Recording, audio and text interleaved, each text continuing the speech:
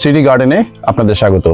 বন্ধুরা, আমার ছাদ বাগানে বেশ অনেক প্রজাতির ফলের গাছ রয়েছে, কিন্তু লিচু গাছ এখন পর্যন্ত একটিও লাগাতে পারিনি বললে ভুল হবে, ইচ্ছে করেই লাগাইনি।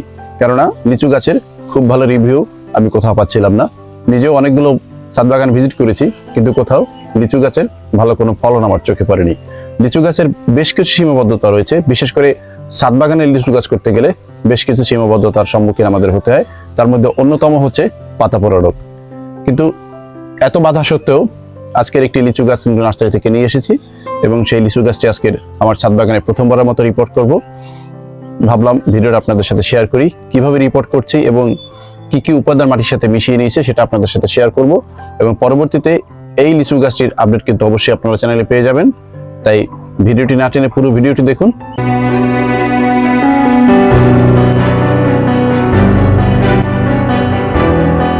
এই যে লিচু গাছটি দেখতে পাচ্ছেন, এই লিচু গাছটির বয়স 1 থেকে 1.5 বছর হবে। নার্সারি থেকে আমাকে বলে দেওয়া হয়েছে এটি রাজশাহীর একটি বিখ্যাত লিচু। নাম বলতে পারেনি, কিন্তু বলেছে খুব ভালো জাতের একটি লিচু। আপনারা দেখতে পাচ্ছেন এখানে এই লিচু গাছে কিন্তু ইতিমধ্যে ফুল চলে এসেছে। যদিও এত ছোট গাছে লিচু নেওয়া ঠিক না, কিন্তু আমি এই ফুলগুলি ফেলবো না, দেখি এই লিচু গাছের ফুলগুলো টিকে যায় কিনা। যদি ফুলগুলি টিকে যায় তাহলে হয়তো 2-1টা ফলও আশা করা যায়, এবং ফল দেখলে আমি বুঝতে পারবো যে এটি ভালো জাত নাকি একেবারে নর্মাল কোনো জাত। তো বন্ধুরা, চলো লিচু গাছটি রিপোর্ট করে দেই। এই লিচু গাছটি যে গ্রো ব্যাগে ছিল সেই গ্রো ব্যাগটি মোটামুটি 4 ইঞ্চি সাইজের এবং খুব ছোটই।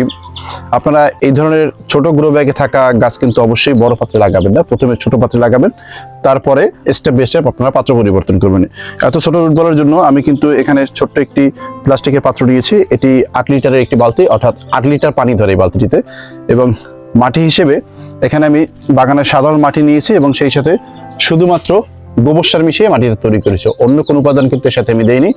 যেহেতু এই লিচু গাছে পাতা পড়ার একটা প্রবণতা আছে, সেক্ষেত্রে আমি এই মাটিটা তৈরি করেছি শুধুমাত্র শতভাগ জৈব, অর্থাৎ শুধুমাত্র শুকনো গোবর সার দিয়ে। রুট বলটা আপনারা দেখতে পাচ্ছেন যে বেশ ভালো কিন্তু শিকড় রয়েছে এবং নতুন কিছু শিকড় দেখা যাচ্ছে। এটার ভালো লক্ষণ হচ্ছে গাছটি কিন্তু এখন গ্রোথের অবস্থা আছে, অর্থাৎ এভাবে যদি আমি লাগাতে পারি ঠিকঠাক মতো, তাহলে কিন্তু গাছটি খুব সহজেই আমার নতুন পাত্রে ধরে যাবে। পাত্রের নিচের দিকে আমি পানি নিষ্কাশনের ব্যবস্থা করে নিয়েছি এবং এখানে কিছু মাটি দিয়ে কিন্তু আমি সেটা ঢেকে দিয়েছি। এবার গাছটাকে ঠিক মাছ বরাবর রেখে চারপাশ থেকে মাটি দিয়ে এটাকে ফিল আপ করে দিলেই হবে। ছাদ বাগান লিচু গাছ করতে গেলে প্রধান সমস্যা হচ্ছে মূলত পাতা পোড়া রোগ। এটা আমি পরীক্ষামূলকভাবে লাগিয়ে দিচ্ছি আমার ছাদ বাগানে, দেখি কি অবস্থা।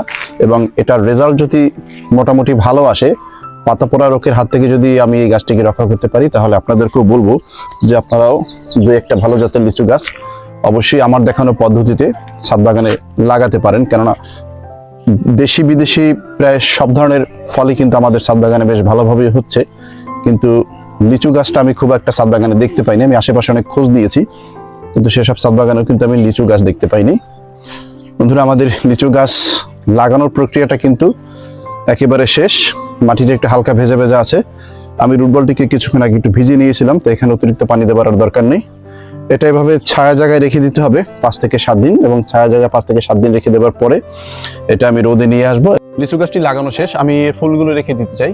আমি যেহেতু এটার ফলের আসল যে জাত সেটা আমি একটু বুঝে নিতে চাই, সে কারণে এই ফুলগুলো ফেলবো না, দেখি কি অবস্থা। এবং এটাকে এখন একটু ছায়া জায়গায় রেখে দেবো এবং খেয়াল রাখতে হবে যাতে এই রুট বলের মাটিটা খুব বেশি শুকিয়ে না যায়। অল্প অল্প পানি দিয়ে এটাকে ভিজিয়ে রাখবো এবং 5 থেকে 7 দিন পরে এটাকে আবার ফুল সানলাইটে রেখে দেবো, তারপর দেখি কি অবস্থা। বন্ধুরা, দেখছিলেন একটি লিচু গাছের রিপোর্টিং প্রক্রিয়া।